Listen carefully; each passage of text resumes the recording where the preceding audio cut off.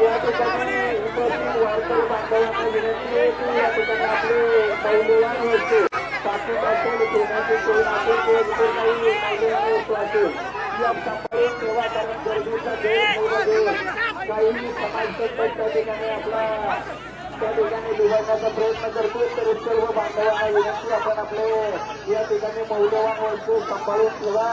या ठिकाणी अगदी काही सणामध्ये हा रथ आता पंढरपूरच्या देशाला आगमन करत. कारण या ठिकाणी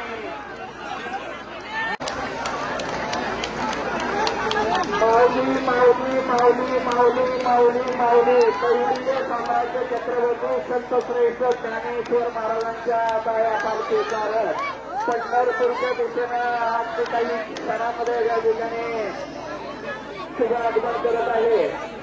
या पवित्र इंद्रायणीच्या तीरावरनं हा माऊलीचा रथ आता हळूहळू या ठिकाणी पंढरपूरच्या दिशेनं चंद्रभागेच्या दिशेनं या ठिकाणी शुभागमन करणार आहे. आणि अशा या अनुपम सोहळ्यासाठी अलौकिक सोहळ्यासाठी तमाम महाराष्ट्रामध्ये उपस्थित झालेल्या सर्व वारकरी बांधवांचं टाळकरी बांधवांचं विनेकरांचं विशेषतः या ठिकाणी मृदंगाचार्य असतील त्यांचे मालक असतील त्यांचे चालक असतील आपण सर्वांचं या ठिकाणी आळंदी नगर परिषदेच्या वतीनं या ठिकाणी आभार आणि अभिनंदन व्यक्त केले जात आहेत.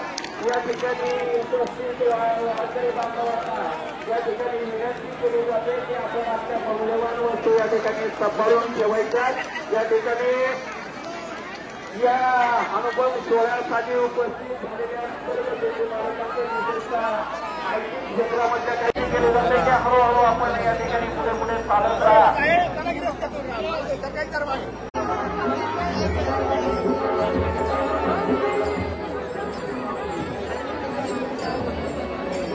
संत शिरोमणी ज्ञानेश्वर महाराज की सद्गुरु संत तुकाराम महाराज की. हॅलो, गाडी आपली नाही का? लालगाडीच्या पाठीमागे विनोदला उमा कदम तुमचे नातेवाईक वडमुखवाडी फाट्यावर आहे.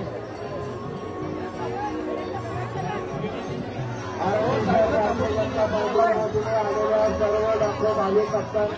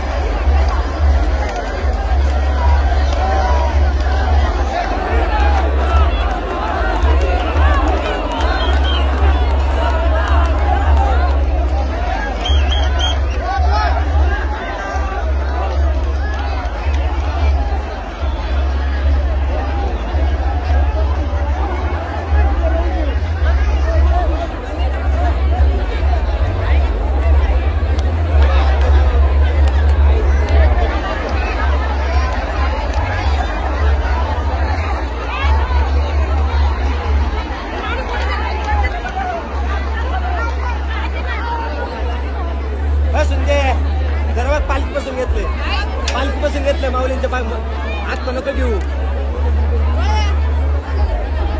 काय तू खाली यायचं होतं पाय गेलं म्हणून.